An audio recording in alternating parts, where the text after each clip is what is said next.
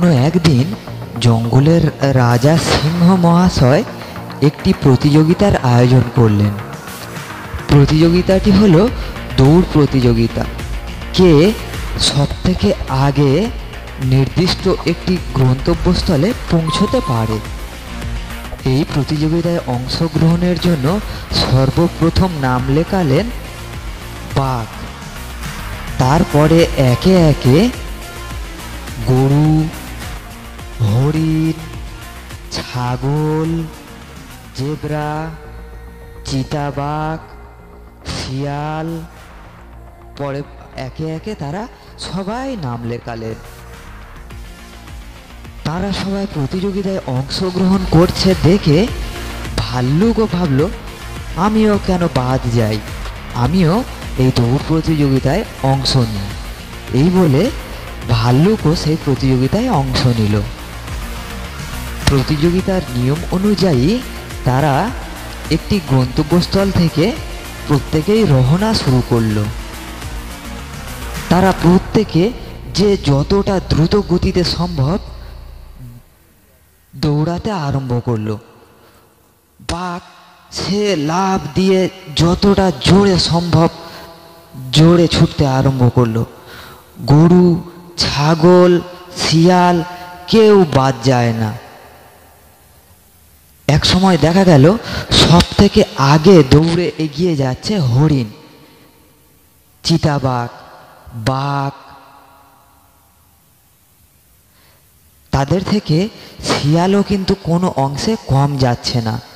ঘোড়াও সেও সমান গতিতে দৌড়তে থাকছে। হরিণ সব থেকে আগে দৌড়াতে থাকলেও কিন্তু এক সময় দেখা গেল যে সে অনেকটা পিছিয়ে পড়েছে। তার কারণ হলো বাঘ, চিতাবাঘ এরা যখন ছুটছে এরা পিছনের দিকে তাকাচ্ছে না, কিন্তু হরিণ কিছুটা দূরে যাওয়ার পরে সে একবার করে পিছনের দিকে তাকাচ্ছে। কারণ আর প্রতিযোগীরা পিছনে কতটা পিছনে পড়ে গেল সেইটা দেখার জন্য সে পিছনে একবার করে তাকাচ্ছে। সেই সুযোগে বাঘ, চিতাবাঘ আরও এগিয়ে যাচ্ছে।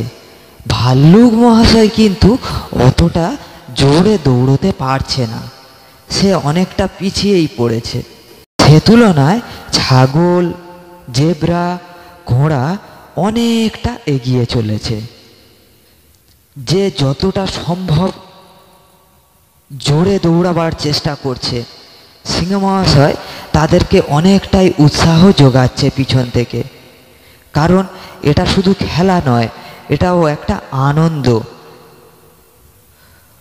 অবশেষে দেখা গেল হরিণ বাঘকে পিছনে ফেলে চিতাবাঘ গন্তব্যস্থলে আগে পৌঁছেছে, কিন্তু এইদিকে বেচারা গরু এবং ভাল্লুক একেবারে পিছনে পড়ে গেছে। তো প্রিয় বন্ধুরা, আজকের এই প্রতিযোগিতাটি কেমন লাগলো প্লিজ কমেন্ট করে জানাবেন।